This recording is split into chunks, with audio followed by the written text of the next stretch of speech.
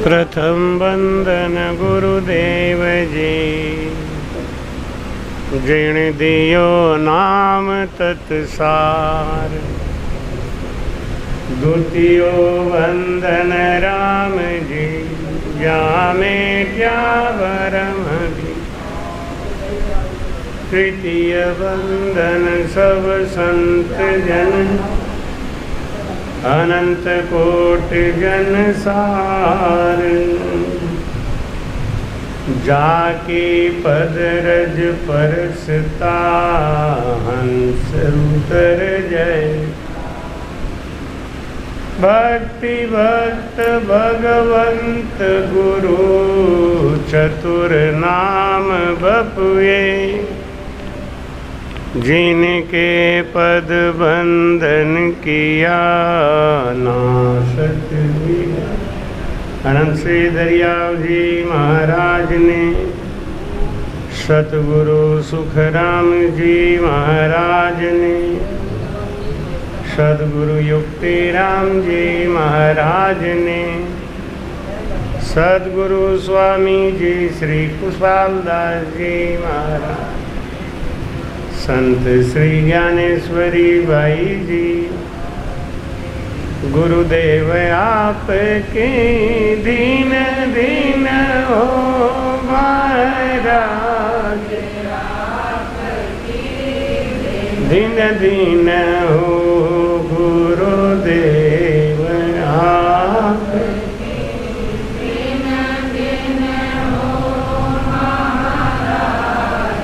आपके दीन दीन हो। मैं जन्म जन्म का भटका हूँ, जन्म का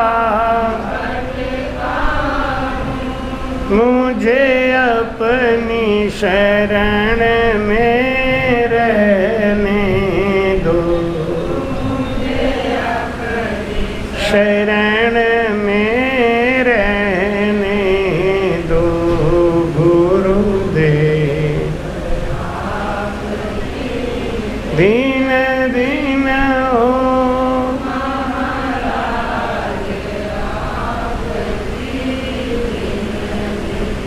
हो महाराज आप।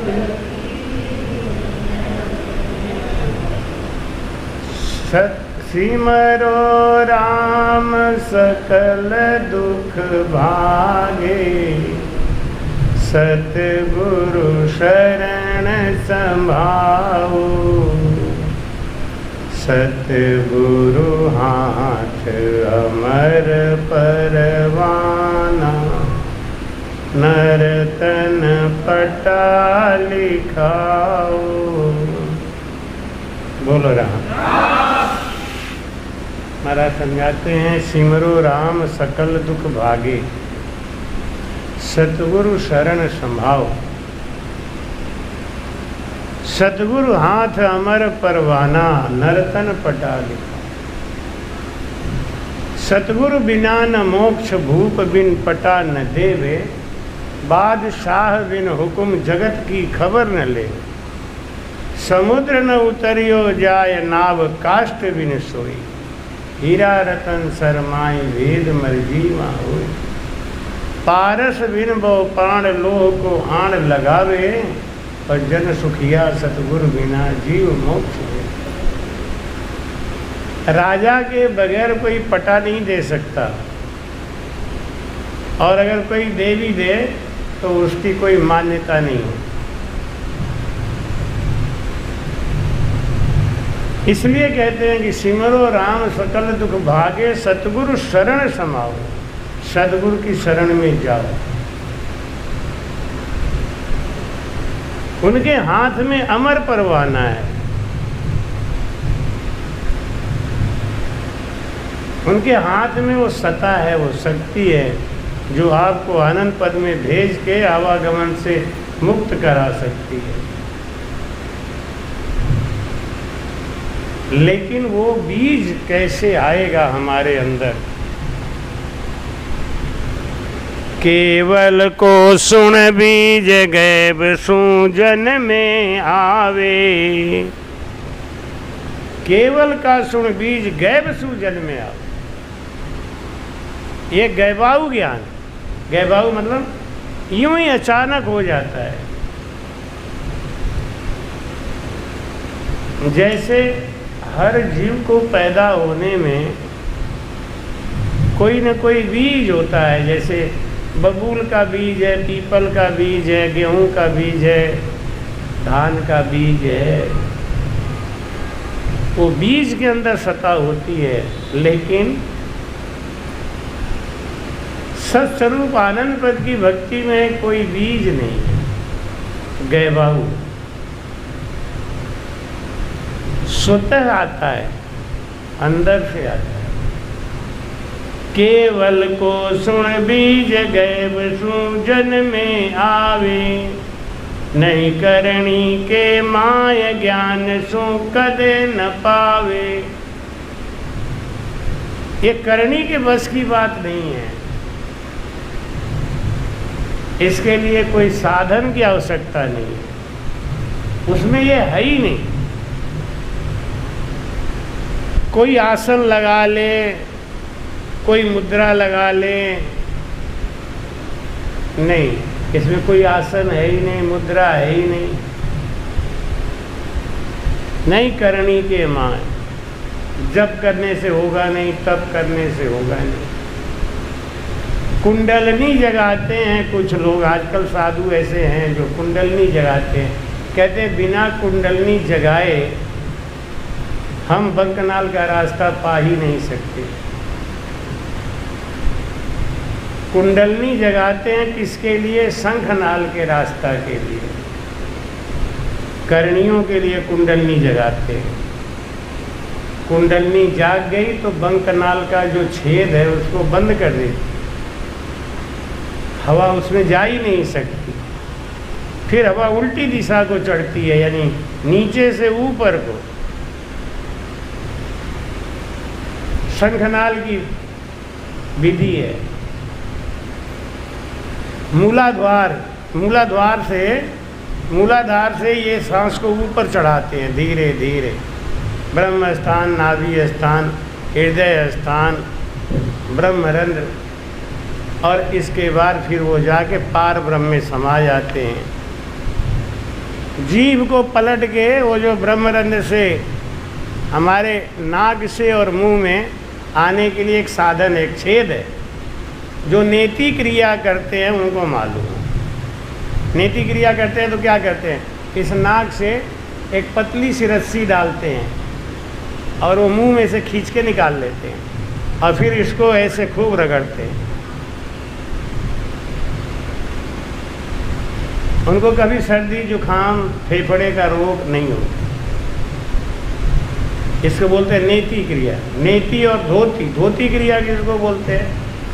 5-5 मीटर का कपड़ा चबा जाते हैं, धीरे धीरे धीरे धीरे धीरे करके पेट में ले लेते हैं और फिर पेट को हिलाते हैं, जैसे बाबा रामदेव जी हिलाते हैं ना, ऐसे हिलाते हैं। उसके बाद थोड़ा सा सिरा बचा के रखते हैं, फिर उसको खींचते हैं। तो पेट का जितना मल है, गंदगी है, इसको बोलते हैं धोती क्रिया।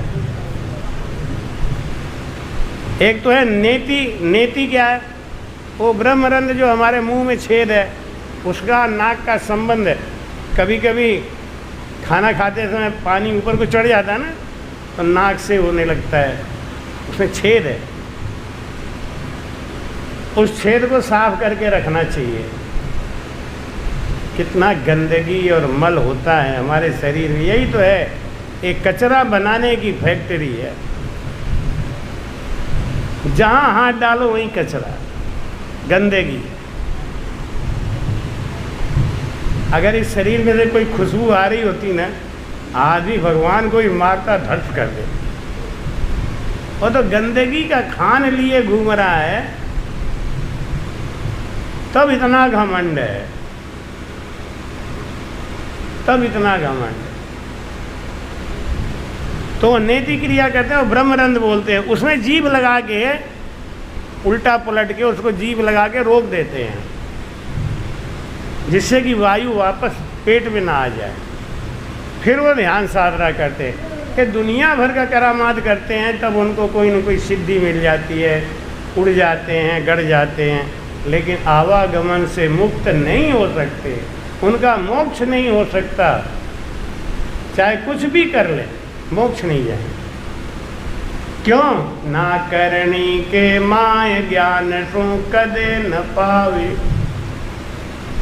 कोई लड़की है, बहुत बेवकूफ़ है, पागल है, कोई काम का शऊर नहीं है, लेकिन वो तन मन वचन से अपने पति की है, तो सत आ जाए। वो सत आने में ये नहीं देखता है कि ये 6 फुट लंबी नहीं है, इसको कपड़ा पहनने का शऊर नहीं है, इसको खाने बोलने का शऊर नहीं है, अकल नाम की चीज़ नहीं है, तो इसके अंदर सत आएगा क्या? सत का कोई परिभाषा नहीं। ऐसे ही महाराज कहते हैं, ना केवल उपदेश मांड में रहे न कोई। खाली ज्ञान बांटने से, ज्ञान कहने से निज पद का ज्ञान आ नहीं सकता। क्योंकि ये अनुभव कैसा है? गूंगे के गुड़ जैसे। गूंगा आदमी गुड़ खा ले, अब उससे पूछो स्वाद कैसा है, क्या बताए? तो महाराज समझाते हैं कि ना केवल उपदेश मांड में रहे न कोई, जहाँ परगटे जन्माए सो तारे हंस सोई। कौन तारेगा? ये नहीं कि जिसको जादूगरी आता है खूब वो तार देगा। आजकल यही हो रहा है, छोटी छोटी रिद्धि सिद्धि सीख के, कोई मसान सिद्ध करके, कोई इधर उधर से कला सीख के, अब वो जादूगर की तरह अपना ज्ञान करते हैं। आओ मेरे पास, जब मेरे पास इतनी बड़ी कला है तो मोक्ष क्यों नहीं भेज दूंगा। और दुनिया बेचारी अंधी उनके पीछे पीछे गुरुजी गुरुजी गुरुजी गुरुजी करते हुए लाइन लगाए बैठे। महाराज कहते हैं, वाणी जी में ज्ञान का उपदेश करते हैं कि जाया प्रगटे जन्म आए सो तारे हंस सोई। दीपक से जलता हुआ दीपक से दीपक जलता है, जो खुद बुझा हुआ होगा वो क्या जलाए। तो महाराज कहते हैं इसका कोई प्रमाण नहीं। सती स्त्री नहीं जानती कि वो सती है, ऐसे तो सभी कहती हैं हम भी सती है, हम भी सती है। सत आए तो सती है, सत नहीं आए तो सती कहाँ है। सत का परीक्षा क्या है? सत की परीक्षा बार बार नहीं होती, एक बार होती है। जैसे पिंगला सती थी तो उसकी एक बार परीक्षा हुई और वो मर गई।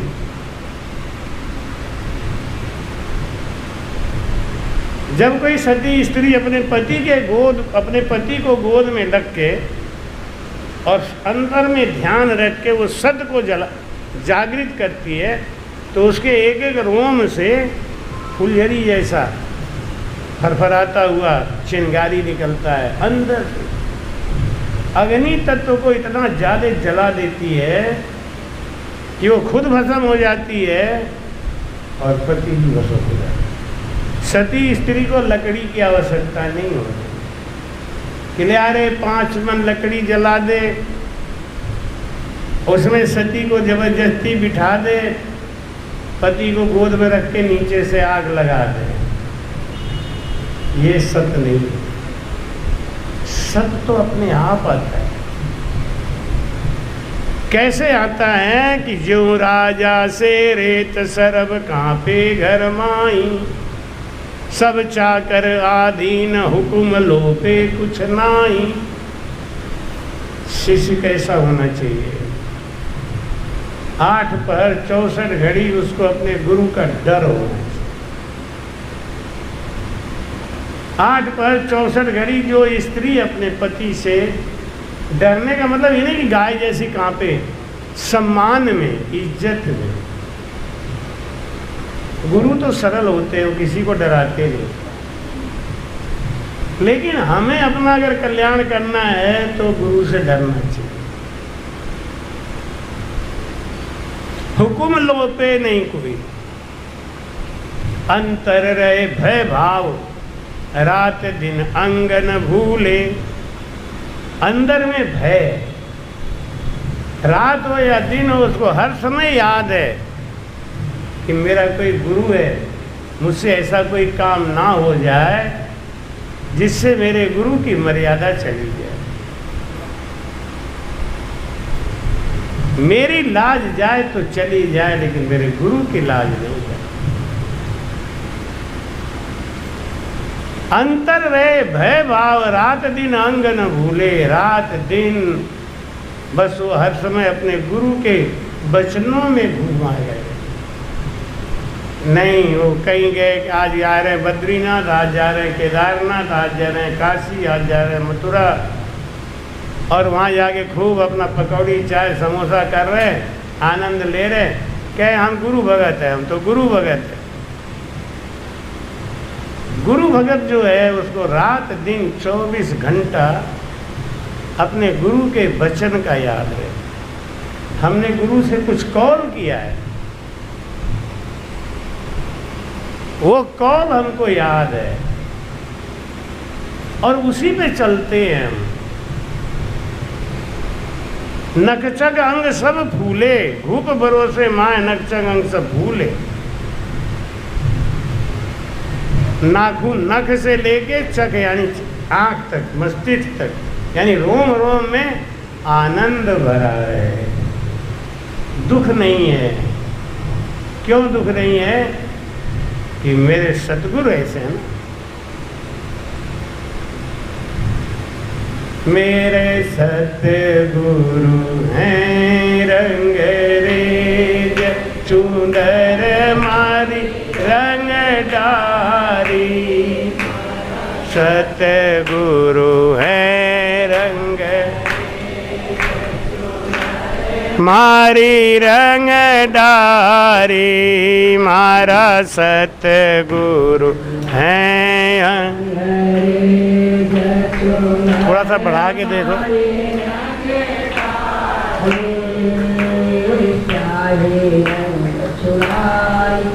हेलो हेलो राम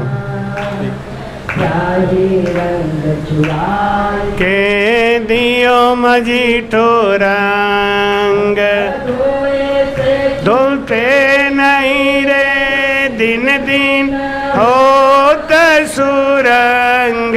चुनर मारी रंग डारी,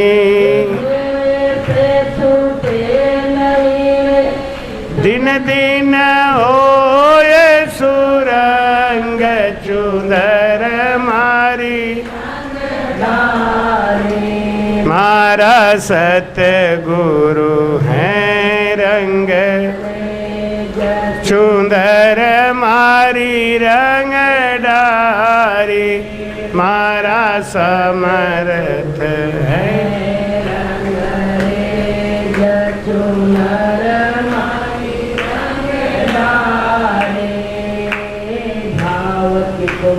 स्नेह के जल में प्रेम रंग गई गो।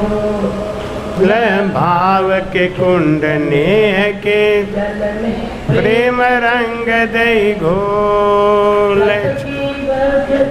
छग की चासी खूब रंगी झक झोर।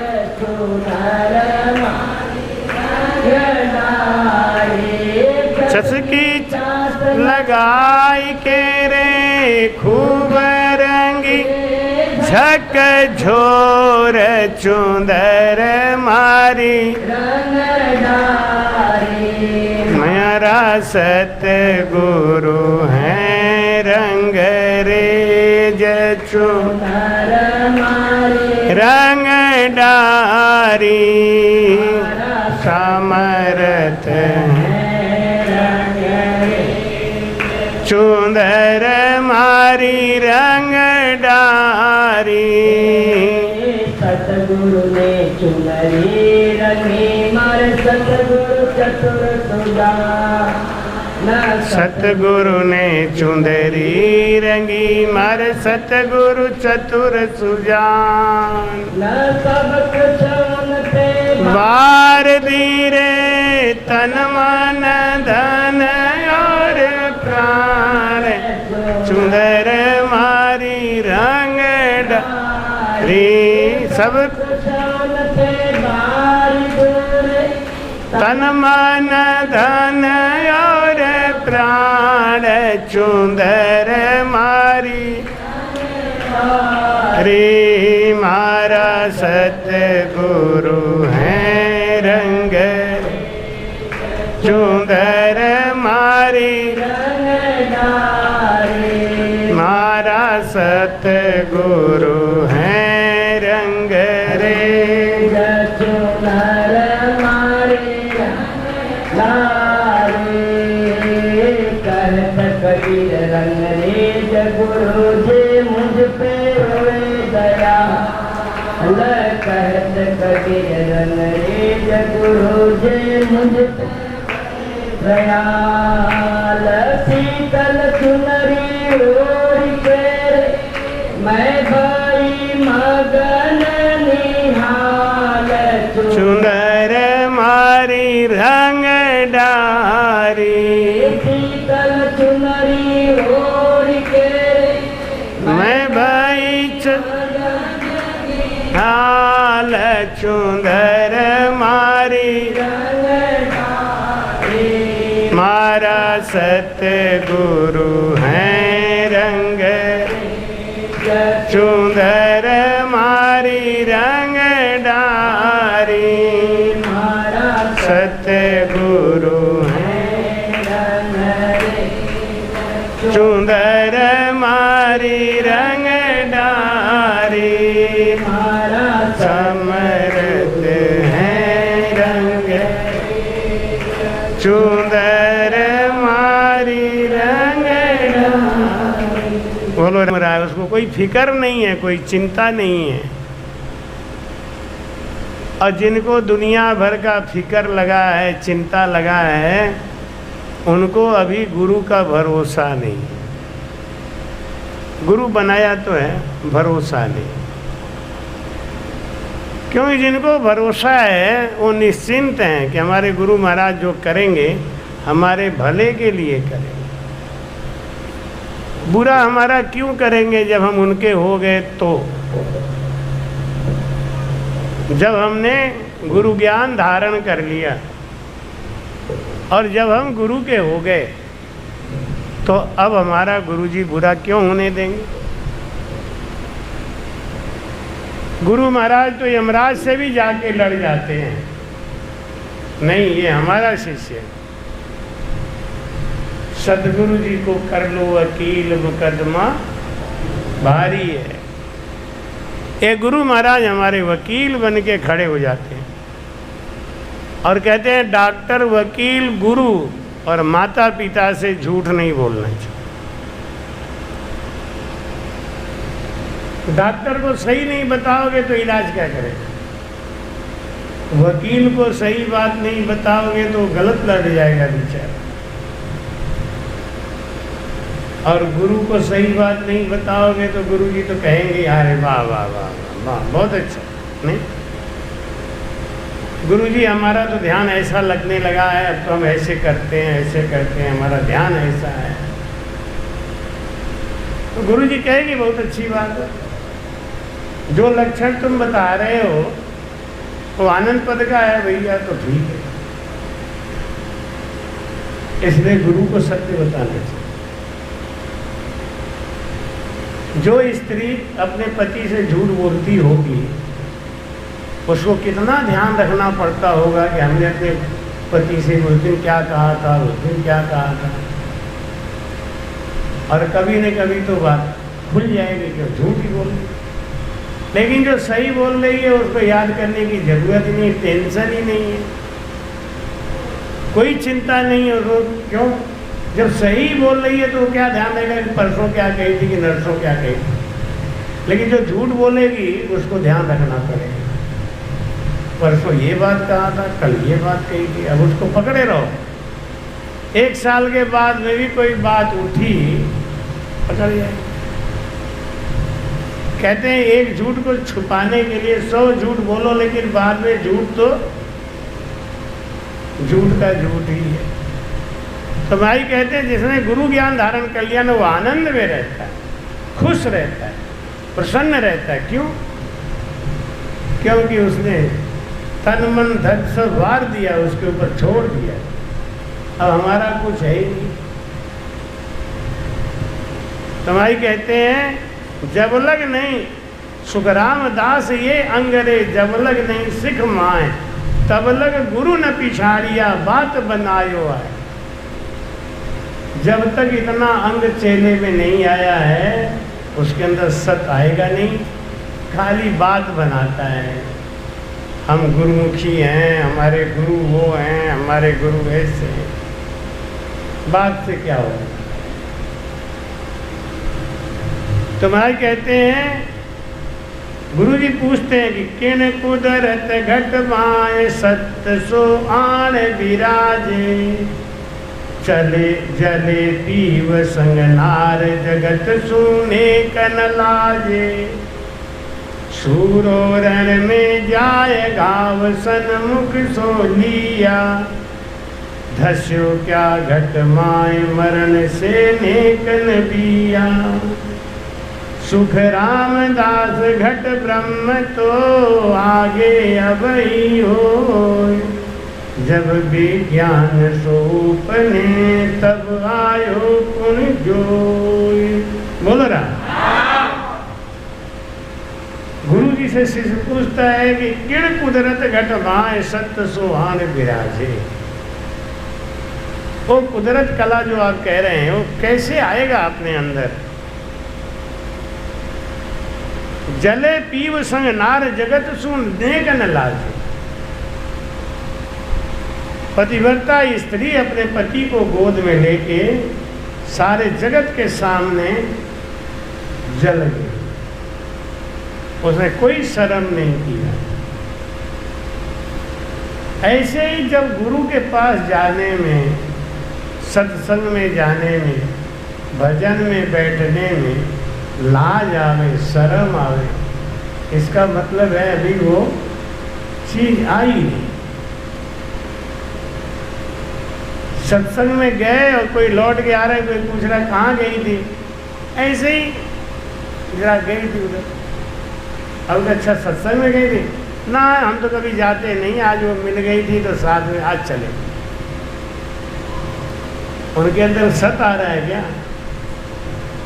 जिनको झूठ से शुरुआत है, जिन कहते हैं जिस शादी की नींव झूठ पे रखी जाती है ना वो बिगड़ जाती है। सत्य पे अगर शादी की नींव रखी गई है तो चल जाए, झूठ पे रखी होगी तो नहीं चले। कुछ लोग झूठ बोल के शादियां करा देते हैं तो शादी संपन्न नहीं होती, महीना 2 महीना के अंदर ही टूट जाता।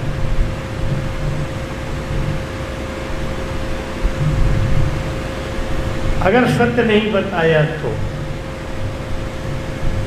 तो भाई कहते हैं जले पीव संग नार, जगत सु नेक न लाजे। सूरो रण में जाए घाव, सन्मुख सो लिया।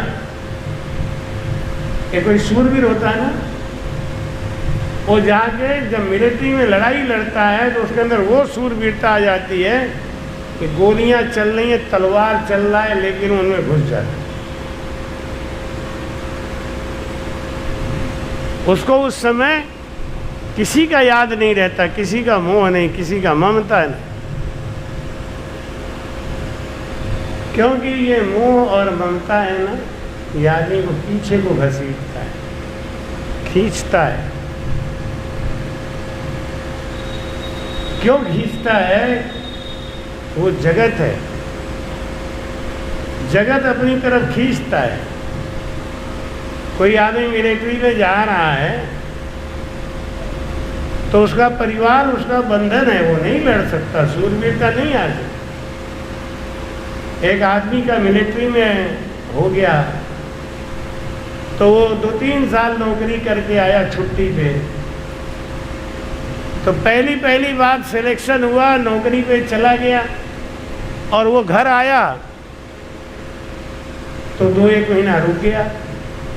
इतने में क्या हुआ, लड़ाई छिड़ गई और गवर्नमेंट ने सब मिलिट्री वालों की नौकरी रद्द कर, छुट्टी रद्द कर दी। चलो जल्दी आओ अपने अपने घर पे।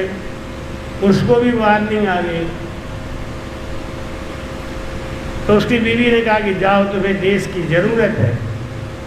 अरे क्या देश गया भाड़ में, हमको तुम्हारी ज़रूरत है। नहीं, ऐसे नहीं कहते, आप मिलिट्री के जवान हो, सूरवीर बनो। तैयारी व्यारी करा के उनका अटैची संभाल के अपना आरती वारती करके भेज दिए।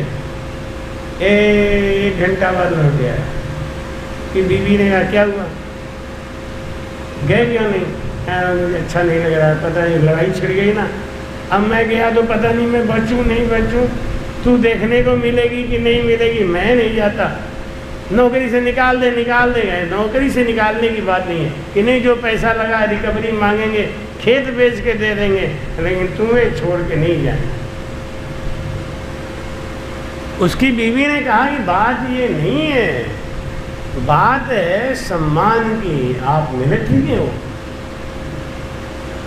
अगर ऐसे हर जवान करेंगे तो देश बर्बाद हो जाएगा। देश को छोटे छोटे देश लूट लेंगे।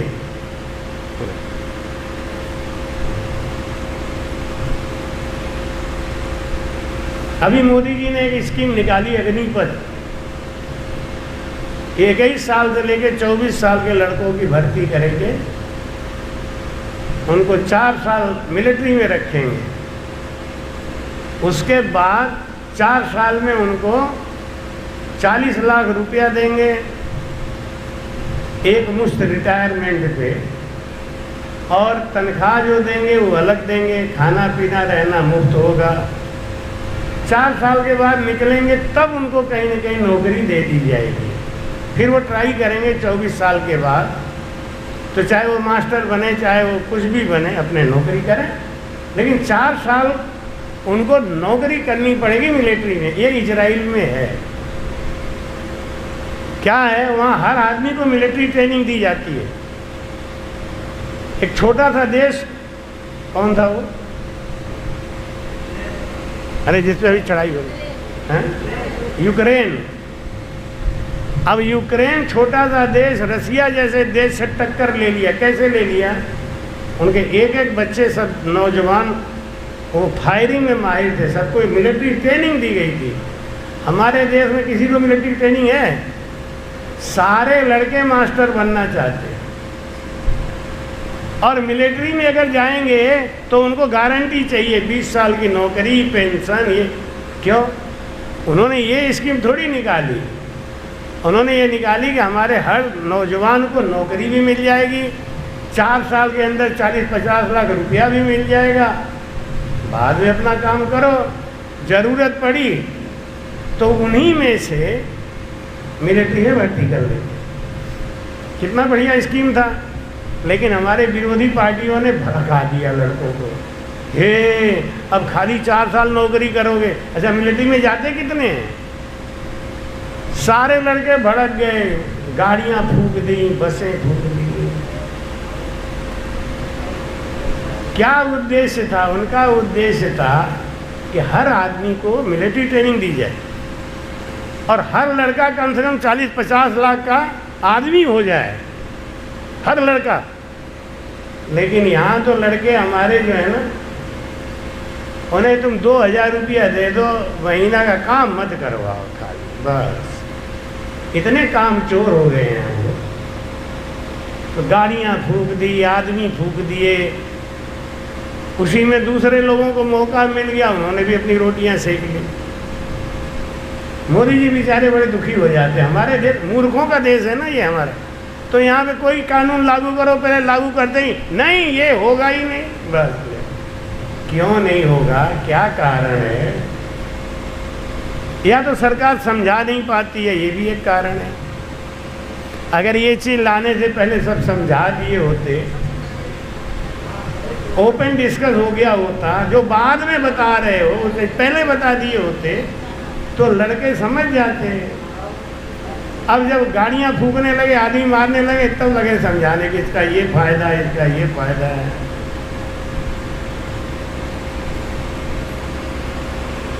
तो महाराज कहते वो आदमी बोला नहीं नहीं, मैं तुम्हें छोड़ के नहीं जाऊंगा। अरे क्या देश का क्या होगा कि देश जाए भाड़ में, हमें कुछ नहीं करना, हम तो तुम्हारे संग रहेंगे।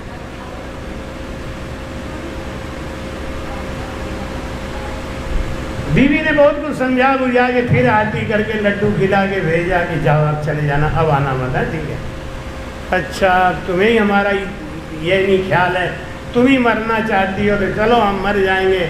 अब ये सोचा ऐसा कोई बात बोल दे कि इसको सेंटीमेंट लग जाए। बीवी कर्मठ थी, बीवी ने कहा कोई बात नहीं, मैं तुम मर जाओगे मैं विधवा जीवन जी लूँगी। अरे नहीं नहीं, तो दूसरी शादी कर लेगी, तू वहाँ चली जाएगी, मैं नहीं जाऊँगा। नहीं कहा मैं जो कसम ले लो, तुम्हारा मरने का खबर आएगा मैं खुद जल के मर जाऊँगी, तुम ये चिंता मत करो कि मैं दूसरी शादी कर लूँगी, मैं दूसरी, ऐसा कुछ नहीं, जाओ। खूब समझा के भेजा। एक घंटा बाद फिर लौट के आ गया। नहीं अब क्या हुआ कि देखो एक बात बता, सही चाहे तो कुछ भी कर, लेकिन मैं नहीं जाता। अरे उसकी बीवी ने कहा तुम्हारी अकल में क्यों नहीं आ रहा है, सूरवीरता आनी चाहिए कि हमें गई सूरवीरता बाहर में, हमें कोई सूरवीरता नहीं चाहिए, मैं तो बस तुम्हें ही चाहिए। अरे क्या कैसे मिलिट्री में हो तुम, वहाँ जाके तुम लड़ोगे नहीं, खामखा में गोली खा के मर जाओगे। गोली मारना होगा तो तुम्हें हमारी याद आ जाएगी, गोली छोड़ी तो मारोगे नहीं, अगला तुम्हें मार देगा, एक भी जवान मारोगे नहीं तुम। अरे कम से कम जाओ, कुछ नहीं तो 5 जवान मार दोगे तो मैं कहूँगी मेरा पति बहादुर था, 5 जवान मार के तब मरा। और मैं ऐसी विधवा होना पसंद करूँगी, सती हो जाऊँगी, जल जाऊँगी, लेकिन कायर सुनना नहीं पसंद करूँगी। कल को पुलिस आए और कहेगी ए तेरा कायर पति कहाँ है, ले आओ उसको, नहीं ये नहीं सुनूंगी, जाओ। फिर तैयार व्यार करा के भेजा, अटैची फटैची लेके गए। 1 घंटा बाद उनकी बीवी इंतजार करी रही थी, आएगा जरूर, जाएगा नहीं। जैसे ही देखा आते हुए घर में गई, कटार लेके अपना ही गर्दन काट दिए, अपना ही गर्दन काट दिए। क्यों? अब तुम्हें ये टेंशन नहीं रहेगा कि मैं दूसरे की हो जाऊंगी, या अब तुम आराम से लड़ोगे, कायदे से। क्यों लड़ोगे? क्योंकि तुम्हें प्यार करने के लिए कुछ रहा ही। अब वो अपने आप गया मिलिट्री में लड़ाई लड़ने, और धुआंधार लड़ाई लड़ा, वो सत आ गया। हमारे अंदर सत क्यों नहीं आता? इसीलिए नहीं आता, हमें दुनिया भर का भरोसा है, वो कर देंगे कि वो कर देंगे, ये नहीं सुनेंगे तो वो सुनेंगे। अरे एक जन्म में मोक्ष नहीं जाएंगे, दूसरे में चले जाएंगे, इस जन्म में तो आनंद ले लें। ये जो दुनिया भर की आशाएं लगी हैं ना, वो हमको सूरवीर नहीं होने देती। तो महाराज कहते हैं राम राम राम राम। किण कुदरत घट माय सत्य सोवान विराजे। किस कारण से सत आता है? वो सता कैसे आती है? कौन सा कारण है? जले पीव संग नार जगत सूने कन लाजे। कोई स्त्री सती कैसे बन जाती है? सूरो रण में जाए घाव सन्मुख सो लिया। सूरवीरता कैसे पैदा हो जाती है? एक बार एक दिखाया था कि एक डाकू के डर के मारे पूरा गांव कांपता था। फिर उस गांव में एक मिलिट्री वाला आया, वो मिलिट्री वाले ने पूरे गांव को ट्रेनिंग दिया, सबके हाथ में बंदूक पकड़ा दिया और कहा अब डाकू आएगा तुम सब सामना करना। जैसे ही डाकू आया सब लोग बंदूक फेंक के भाग गए। और डाकू हंस के बोला, अरे बंदूक पकड़ लेने से कोई बहादुर नहीं होता। ओ दिल कहाँ से लाओगे? कलेजा, कसाई का कलेजा कहाँ से लाओगे? वो डाकू जो 5 साल के बच्चे को उछला के गोली मारता है और उसको अच्छा लगता है। हमारे हिंदू भाई तो एक चींटी मर जाए तो 3 मिनट तक, एक चुईया मर जाए तो रोने लगे ऐसे बैठ के जैसे मालूम होता है कि पता नहीं क्या कि नानी मर गई है। नहीं, चुईया मर जाएगा। अरे अब इन्हें पकड़ा दो बंदूक तो जाके खूब लड़ जाए। नहीं, खून देखते ही उल्टी करने लगेंगे वहीं पे। तो महाराज समझाते हैं, क्या कहते हैं, करनी करे बजाय राम राम राम, सुख रामदास घट ब्रह्म तो आगे अब ही हो, जब विज्ञान सूपन तब आयो कुण जोय। बोलो राम। तो महाराज समझाते हैं, क्या कह रहे हैं कि या तीनों के माय सत्य कृपा कर आवे।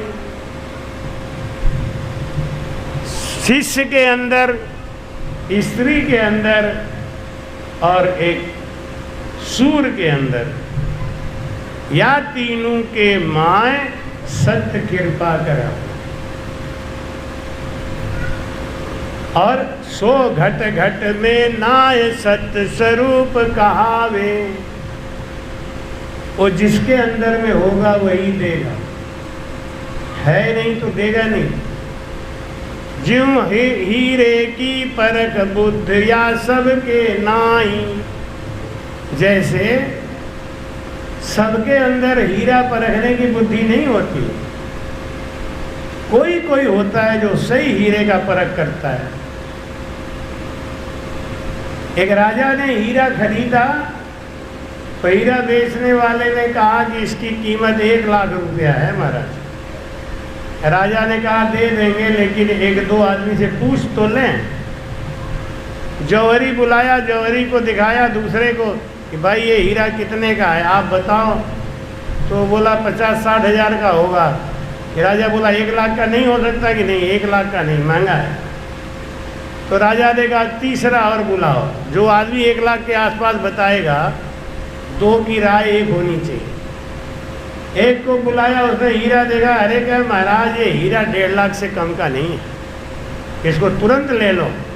ये आदमी बेवकूफ़ है, जानता नहीं, 50 हज़ार घाटे में दे रहा है। राजा ने कहा अब भी गड़बड़ है, जिसका हीरा है वो 50 हज़ार घाटा क्यों सहेगा, कुछ गड़बड़ है।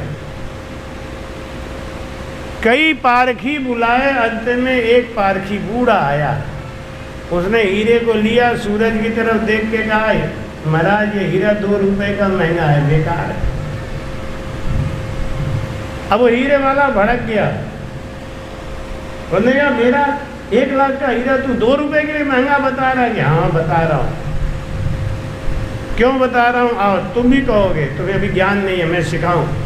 सूरज की तरफ मुंह करके ऐसे दिखाया, तो हीरा के बीच में इतना छोटा सा धब्बा था हरे रंग का। उस पारखी ने कहा कि हीरा पूरा अच्छा बन गया है, लेकिन इसका मट्टीपन पूरा नहीं गया है, इसके अंदर अभी 2.5 रत्ती मट्टी है, और ये मट्टी इसको कच्चा करके रखेगी। जैसे इब्राहिम अदम 6 साल तक कबीर साहब की सेवा किया, तो माता ने कहा कि अब आप इनको गुरु मंत्र दे दो, तो वो बोले अभी ये पका नहीं, अब ये कच्चा हीरा है। कहते पक्का हीरा कच्चा हीरा कैसा है कि हीरा पत्थर एक सरीसा, हीरा पत्थर हीरा किसको कहिए रे रामा, हीरा किसको कहिए रे हीरा पणो तो थाने जब ही पिछाड़ो हीरा पण घन की चोटा सही रे रामा घन की चोटा सही रे रामा रामा हे जम की त्रासन रे रामा रामा हे जम की हीरा पत्थर एक सरीसा हीरा किसको कहिए? जो पक्का हीरा है, जैसे बिल्कुल मट्टी नहीं है, उसके ऊपर घन बजाओगे तो वो घन में घुस जाएगा, घन में छेद कर देगा, इतना मोटा लोहा दब जाएगा, लेकिन हीरा नहीं टूटेगा। लेकिन जिसमें जरा सा भी, क्यों, हीरा किससे बनता है? जितनी भी चीजें हैं सब मट्टी से। सोना मट्टी से बनता है, हीरा मट्टी से बनता है, लकड़ी का कोयला होता है ना, वही सड़ के कोयला हीरा बनता है। लेकिन अगर उसके अंदर बनते बनते बनते बनते जरा सी कमी रह गई तो उसकी कीमत घट जाती है। लेकिन अब कौन परखे उसको? एक ठग्गू सुनार था, सुनार, उसने ट्रकों पीतल को सोने के भाव बेचे। वो क्या कहता है? पीतल के ऊपर सोने का पानी लगा के आपको दे दिया, कहता है कि एक रसीद दे दिया, ये रसीद आप ले जाओ, 100 साल के बाद आओगे हम इसको खरीद लेंगे और उसी भाव में खरीदेंगे, सोने के भाव। उस समय जो चल रहा होगा वही। इस लालच में दुनिया उसी के दुकान से खरीदती है। लेकिन मूर्खों को ये पता नहीं कागज का टुकड़ा कितने साल संभाल के रखोगे। कभी होली दिवाली साफ करते समय पर्ची गायब। अगर आप वहाँ गए तो पहले कहेगा भाई पर्ची दो, पर्ची लिया, माल देखा, समझ गया मेरा ही है, डुप्लीकेट माल, तुरंत बदल देता है अपना विश्वास जमाने के लिए। वो बनारस का सबसे बड़ा रईस है और सबसे बड़ा चोर है, ठग है, बात खुले आम करते। लेकिन अब क्या है ना, अब औरतें रोज रोज तो पहनती नहीं बड़ा बड़ा जेवर, शादी ब्याह में पहनती हैं, पूरे जिंदगी में 8 बार पहनती हैं, रोज कहाँ पहनती हैं। चोरों ने इतनी कृपा कर दी है कि आजकल तो औरतें दिल्ली में कुंडल भी नहीं पहनती हैं, नंगे गला घूमती हैं, घर में रखा हुआ है सोना उनका। तो उसका क्या बिगड़ना है? हैं? वो पानी इतने जल्दी तो उतरने वाला है नहीं। अब वो कह रहे सोना है, सोना है। किसी दूसरे दुकान पे जाके जब उसको दिखवाएंगे ना, तब वो मार के भगाएगा, ये सोना है, पीतल लेके आई। अरे मैं वहाँ से ले आई, वहाँ जाके कहेंगी आपने हमको पीतल दिया कि नहीं सोना दिया? कौन कहता है? कि वो कह रहा है कि ले आओ मुझे दो, पट लिया। और ऐसा केस कितना आएगा? लाखों में 1-2 आ जाएंगे, उनका जेल जाएगा, क्या दिक्कत है? ये दुनिया ऐसी है। उसने कहा कि इस हीरे के अंदर 2.5 रत्ती मट्टी है जो इस हीरे को कच्चा बना दिया है। उसने देखा कि बिल्कुल सही कह रहे हो। राजा बड़ा खुश हुआ। राजा ने कहा मंत्री, हमारे राज्य में इतने अच्छे अच्छे पारखी बैठे हैं, इनको क्या इनाम दें? राजगुरु ने कहा मैं बताऊं वो इनाम दोगे? कि बोलो कि इसका गर्दन कटवा दो, इसका सर धड़ से अलग कर दो। राजा बोला ये क्या बात बोल रहे? अरे क्या महाराज, ये नर्तन पाके जितना समय इसने गंवाया पत्थर परखने में, हीरा परखने में माहिर हो गया, अगर ये भजन की परख कर लिया होता, दीर्घ मानव सुख राम कहे एक भजन परख नहीं दे। अगर इसने भजन की परीक्षा कर ली होती तो ये खुद तर गया होता और हजारों जीवों को तार दिया होता। इसके अंदर इतना बड़ा गुण था, लेकिन इसने तो पत्थर तलाशने में ही अपना गुण गंवा दिए। तो महाराज कहते हैं कि या तीनों के माय सत्य कृपा कर आवे, सो घट घट में नाय सत्य स्वरूप कहावे। ज्यों हर हीरे की परख बुद्धवा सबके नाई। ऐसे साधु संतों की परीक्षा कर लेने का गुण भी सबके अंदर नहीं। उन्हें तो कोई भी साधु मिल जाए बस वो तो उसी के हो गए। नहीं ये बाबा ठीक है, देखो ये कितना चमत्कार करते हैं, ये कितने अच्छे बाबा हैं। राई को पर्वत कर दे, पर्वत को राई करे।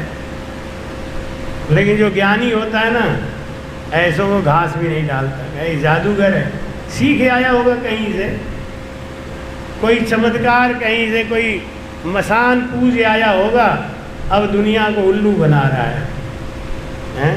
तो ज्ञानी है वो उनकी तरफ झांकता भी नहीं, और अज्ञानी है तो वो एक गुरु जी कि हाँ आपको छोड़ के हम उन्हें गुरु बना लेते हैं, क्यों क्या हुआ, उनके अंदर चमत्कार ज़्यादा है।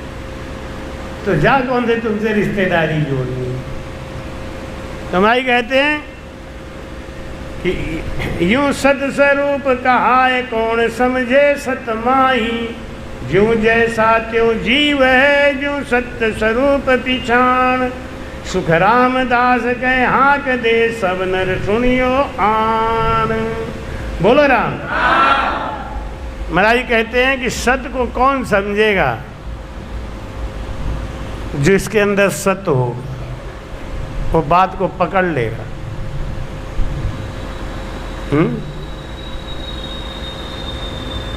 राम सुमर रे प्राणियां भूलो मत भाई, और सुमिरन बिन छूटे नहीं जम द्वारे जाए। राम सुमर रे प्राणियां भूलो मत भाई, बाण की तरह लगता है, लेकिन किसको लगता है, जो उनका जीव है। तो भाई कहते हैं आत्मज्ञानी संत की यारेणिया चाल। सब दासन को दास हुए गेह मन राखे पाल। गेह मन राखे पाल नीच सब ही विधि त्यागे। शुभ उत्तम सो चीज सुनर सब ही सु लागे। तन मन धन सुख राम कहे उनके हंस ख्याल। आत्मज्ञानी संत की यारेणिया चाल। बोलो राम। आत्मज्ञानी संत की यारेणिया चाल, और सब दासन को दास वे गेहमन राखे पाल। आत्मज्ञानी संत का मन उसके बस में रहे, उसके अंदर समता होती है। उनके पास कोई दुश्मन भी चला जाए तो भी उसको सुख देते हैं, आनंद। वो पक्ष नहीं करते कि तू उनका चेला है, कि तू उनका चेला है। पेड़ कभी कहता है कि तुम मेरे पीछे मेरे नीचे आए हो, हम तुमको छाया नहीं देंगे, कहता है। पानी को पियो तो कहता है कि हम तुम्हारा प्यास नहीं बुझाएंगे। गंगा जी में कूद जाओ नहाने के लिए तो क्या गंगा मैया कहती है कि हम तुम्हें ठंडा नहीं देंगे। इनके अंदर समता है। ऐसे ही आत्मज्ञानी संत की यारेणिया चाल। आत्मज्ञानी संत का क्या परीक्षा है कि सब दासन को दास, सबके अंदर वो परमात्मा भाव को देखता है, सबके अंदर वो भगवान को देखता है। भगवान कृष्ण जब मथुरा गए तो कुब्जा आ रही थी। कुब्जा 3 जगह से टेढ़ी थी, ऐसे टेढ़ी मेढ़ी चले, 3 जगह से टेढ़ी। तो कुब्जा को देख के भगवान कृष्ण बोले आओ सुंदरी। वो रोने लगे। भगवान ने कहा क्या बात है, रो क्यों रही है? मैंने ऐसा क्या बोल दिया कि प्रभु आप भी लोगों की तरह मजाक कर? मैं जब सड़क पे निकलती हूँ तो छोटे छोटे बच्चे भी देख के हमको कहते हैं देखो विश्व सुंदरी जा रही है। मैं किसी तरफ से सुंदर नहीं हूँ, मुझे लोग इसीलिए ताना मारते। भगवान बोले मैं चमड़ी नहीं देखता, मैं चमड़ी परखने वाला नहीं हूँ। चमड़ी परखने वाला चमड़ी को देखता है, मैं आत्मा की परख करता हूँ। मैंने तुम्हारी आत्मा को कहा आओ सुनो। वो जा रही थी कंस को उपटन लगाने, उपटन लेके। जब भगवान को देखा तो उसने कही कि प्रभु अगर इजाजत दे दो तो मैं आपके चरणों में उपटन लगा दूं। भगवान ने कहा आओ सुन ले। भगवान ने कहा मैंने तेरे भाव को पहचान लिया। पूरे मथुरा में हमको कोई नहीं पहचानता है, कोई नहीं जानता, सब यही जानते हैं कि नंद का लड़का हूं मैं। एक तूने कहा था कि प्रभु अगर आप इजाजत दे तो तुम्हारा पैर उपटन लगा दूं। तुमने मुझे कैसे जान लिया? तुम्हारी आत्मा ने हमको जान लिया, पहचान लिया। मैं तुमसे छुप नहीं पाया, इसलिए मैंने कहा तेरी आत्मा सुंदर है। महाराज कहते हैं गहमन राखे पाल नीच सबही विध त्यागे। नीच कर्म सब छोड़ देते हैं। उसको ये कहने की जरूरत नहीं है कि तुम मेहंदी मत लगाओ, ज्ञान उपासना मत करो, कि तुम झूठ मत बोलो, किसी को दुख मत दो।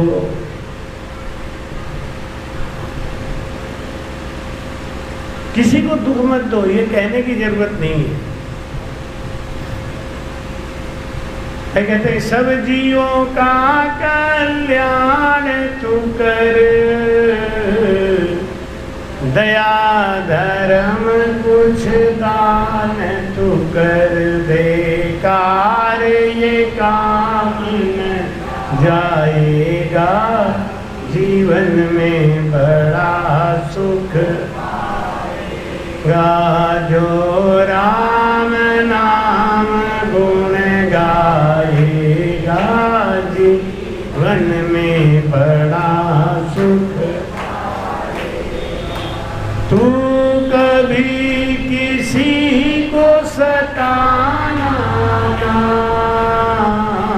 और दिल को किसी का दुखाना ना, जो रोते हुए को हंसाएगा, बड़ा सुख। जो राम नाम गुण गाएगा, बड़ा सुख, बड़ा सुख पाएगा। क्यों? 4 वेद 6 शास्त्र में बात मिली है, 2 सुख दिया, सुख होता है, और दुख दिया। लेकिन जो आत्मज्ञानी संत बन गए हैं, जिनके पास वो ज्ञान आ गया है ना, उनको हर जीव के अंदर ब्रह्म समझ में आने लगा। एक राम सनेही मर रहे थे अंतिम समय में, बड़े महाराज जी भी थे साथ में। वो वहाँ गए तो वो बड़ा रो रहा था। कह रहा था गुरुजी जीवन में हमने कोई गलत काम नहीं किया, हमने किसी को दुख नहीं दिया, हमने ये नहीं किया, हम अंत समय में इतना दुख क्यों पा रहे हैं? बड़ा दुखी था। हम लोग भी दुखी, राम रक्षा कर रहे हैं। वास्तव में बात क्या है देखो, इतने में एक पीली वाली बरैया आई। पीला वाली बरैया है, वो आगे दीवार में बैठ गई। पीली वाली बरैया क्या बोलते? बरैया बोलते, हाँ। वो आगे दीवार में बैठ गई। वो बात कर रहे थे बड़े गंभीर, बहुत सीरियस, बहुत गंभीर बात कर रहे थे, बड़ा रो रहे थे और अपने कर्मों को कह रहे हैं हमने किसी को दुख नहीं। हमें लगता है जो आदमी सबको दुख देता है वो यही बात कहता है, हमने तो किसी से झूठ नहीं बोला,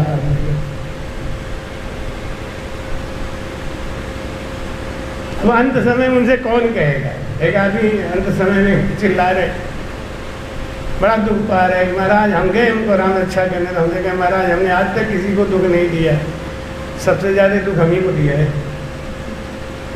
अब मैं राम रक्षा करते तो क्या कहूँ कि तुम वो दिन याद करो, वो दिन याद करो। हमें कोई बात नहीं है, राम जी सब देख रहे हैं। हम ही से कह रहे हैं महाराज हमने आज तक कभी किसी को दुख नहीं दिया, कोई बात नहीं, राम जी के पास है, मैं आपका राम रक्षा कर देता हूँ, आप ठीक हो जाओ। पीली बरैया आके दीवार पे बैठ गई और वो रो रहे थे, कह रहे थे महाराज हमने किसी को दुख नहीं दिया, किसी को नहीं सताया। इतने में बरैया को देखा, आंखें ऐसे हो गई बड़ी, ऐसे मारा, बरैया मर गई। महाराज जी बोले उठो यहाँ से चलो। इनको पता ही नहीं, पापी को पता ही नहीं चलता हम कितना पाप कर रहे हैं। ये कोई बात थोड़ी है, मार दिया तो क्या हो गया, किसी को दुख थोड़ी दिया है। ले अब दुख की परिभाषा कौन उन्हें समझाए? आत्मज्ञानी संत की या रहनी या चार, जिसके अंदर वो भजन होने लगा, जिसके अंदर समता आ गई, उसकी आंखें दबी रहती हैं। प्रेम के आंखों में और गुस्से के आंखों में तो अंतर जानते ही होंगे ना। भगवान शंकर अपनी दो आंखों से प्रेम की निगाह रखते हैं, तो ऐसे करते, आधी आंख खोलते हैं, आधी खोलते ही नहीं। जहाँ प्रेम लबालब भरा होता है ना, उनका चेहरा देख के समझ में आता है, उसकी आंखें खुलती ही नहीं, आधी है। और गुस्से वाले के हम क्या बताएं, वो कहीं तो खुलेगी नहीं। कोई कोई माताएं बैठी होती है अपने बच्चे के, ऐसे करेंगे नाक फूल जाएगा, आगे का लड़का कांप जाता है, इशारे में ही सब काम हो जाता है। कोई कोई पत्नी भी होती है, पति मारो यार मारो, जितना मर्जी है मारो, मैं लाइन पे मारो। एक बार वो बस की लाइन लगी हुई ना, बड़े बड़े शहरों में आप ऐसे नहीं कि बस आगे आप घुस जाओगे, नहीं, बस आई, लाइन लगा के लोग खड़े हैं। बस आई तो वो बोलेगा 4 आदमी आना, बम्बई में मद्रास में ऐसे होता है, तो 4 ही लेंगे, बाकी आप खड़े रहो, दूसरी बस आ रही। तो एक आदमी इसी बस के लाइन में खड़ा हुआ था,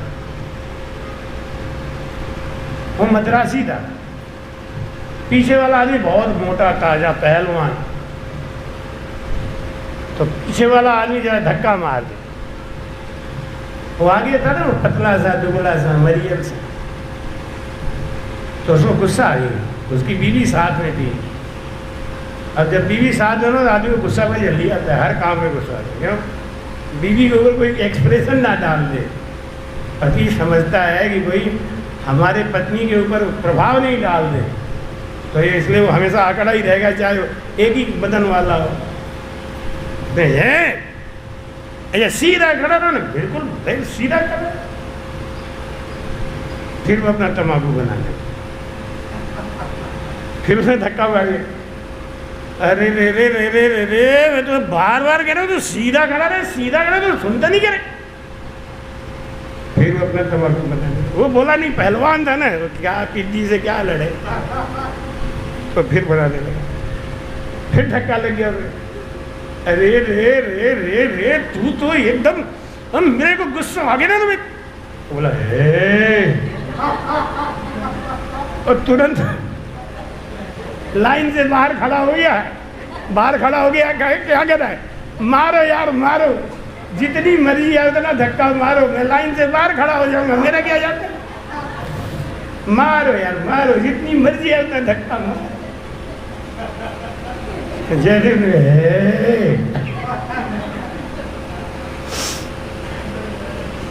जो प्रेमी होते हैं ना, उनके आंखों में भी प्रेम होता है, उनकी भाषा में भी प्रेम होता है, उनके चलने में भी प्रेम होता है। जो अहंकारी होते हैं, जो दूसरों को दुख देने में आनंद महसूस करते हैं, उनकी आंखों में भी प्रेम नहीं, उनके चाल में भी प्रेम नहीं, उनकी बात में भी प्रेम है। वो किसी को नहीं कहते। अभी हमारे यहाँ एक टाइल लगाने वाला आया था, भाई रे क्या इतना मीठा बोलता था जिसका कोई हिसाब नहीं। तो मैंने समझा ये धोखा देगा, इतना मीठा आदमी नहीं हो सकता। लेकिन वो हमारा सारा काम बड़े टाइम से किया, बहुत बढ़िया किया। तब मैंने समझ में आया कि नहीं ये ओरिजिनल है। संसार में एक आध ओरिजिनल होते हैं। कोई काम को बस हाँ गुरुजी बेटा ये काम, हाँ गुरुजी बेटा ये काम थोड़ा और, हाँ गुरुजी। हमके ये छोड़ के भागेगा जरूर या बीच में हमको अटकाएगा। हम उसको बार बार कह देते हैं हमके देख मुझे परसों तक काम खत्म चाहिए, सवेरे ही खत्म कर दूंगा गुरुजी। ये काम तो बहुत है, चिंता मत करो तुम। और बिल्कुल टाइम पे ख़त्म करके 2-4 एक्स्ट्रा काम तो भाई माता जी ने भी करवा दिया, ये और कर दे, ये और कर दे, सब निपटा। तो उनके जो प्रेमी होते हैं ना, उनके जबान में, उनकी भाषा में, उनको कोई चीज़ बुरी लगती ही नहीं। अब वही अक्खड़ होता है, एक काम नहीं करता माता जी ने, बहुत ज़्यादा काम करा लिया, अलमारी में भी लगवा लिया उधर, ये बेटा यहीं लगा 4 टाइल दिया लगा दे, चल अच्छा अच्छा। अब वो तो लगा के गया, लेकिन उसकी याद यहाँ आ रही है। आपका गुण, आपका व्यवहार, आत्मज्ञानी संत की यारेणी या चाल, सब दासन को दास वे। भैया हम ही छोटे हैं, तुम ही बड़े बन जाओ। हैं? कोई कोई आरती के लिए झगड़ा मचा देते हैं। 10 लोग खड़े होंगे लेकिन वो बेईमानी जरूर करेंगे। उनसे कहेंगे पीछे से लग जाओ लाइन में, नहीं। और जो दासन के दास है वे क्या करेंगे, कर लो भैया, तुम्हें ही कर लो, तुम्हें ही कर लो, हम बाद में कर लेंगे। कहीं आरती भागी नहीं जा रही, हमारा प्रेम भागा नहीं जा रहा है, महाराज से हमारा प्रेम है ही है। सब दासन को दास वे, किसी का बॉस नहीं बने, दास बने। बड़ा फायदा है, दास बनने में बड़ा फायदा है। कहते लघुता सुखकारी, सुखकारी, तू मन में सोच विचारी। लघुता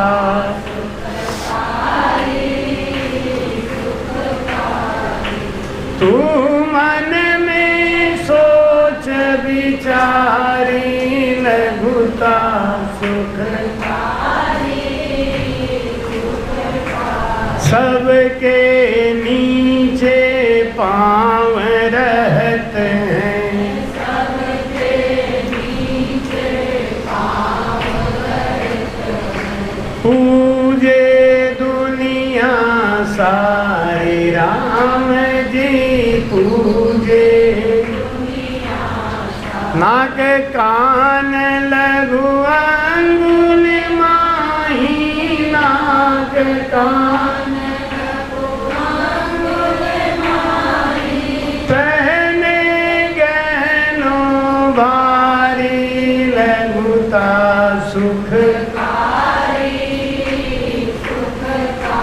रे। तो मन में सोच विचारी। लघुता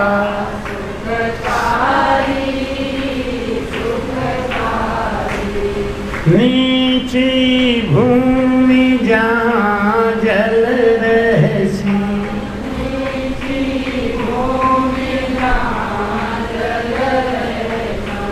ऊंची बांबी धारी राम जी, ऊंची बांबी धारी। विषधर बास करे बांबी में, विषधर बास करे बांबी में। का भयो ऊंच विचारी। लघुता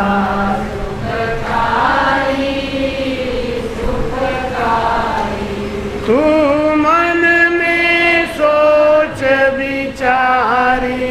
लघुता सुखकारी, सुखकारी। कंचन सहे कसौटी भारी,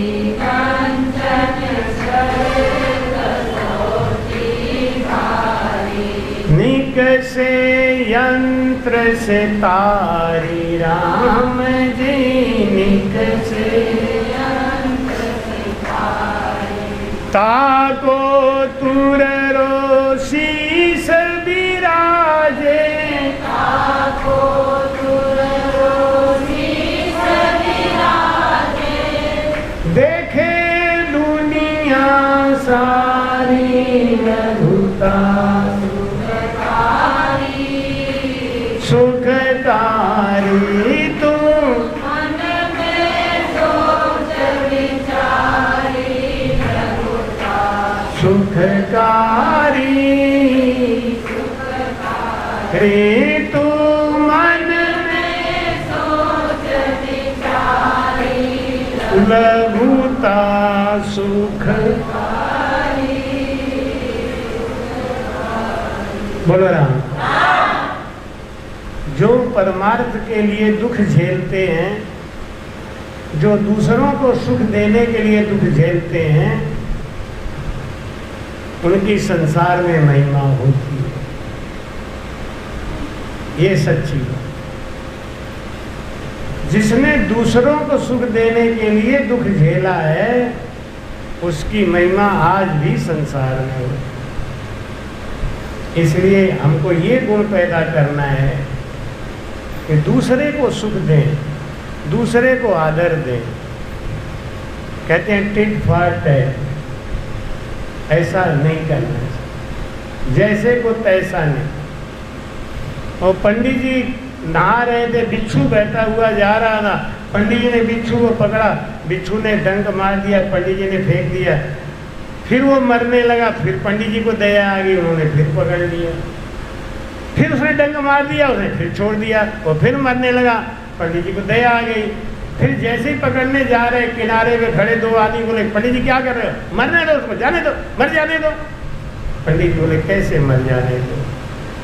इसके जान पे आ गई है, ये मर रही है, फिर भी अपना स्वभाव नहीं छोड़ रही। इसका स्वभाव है डंक मारना, ये मार रही है, मेरा स्वभाव है इसको बचाना, मैं प्रयास करूं।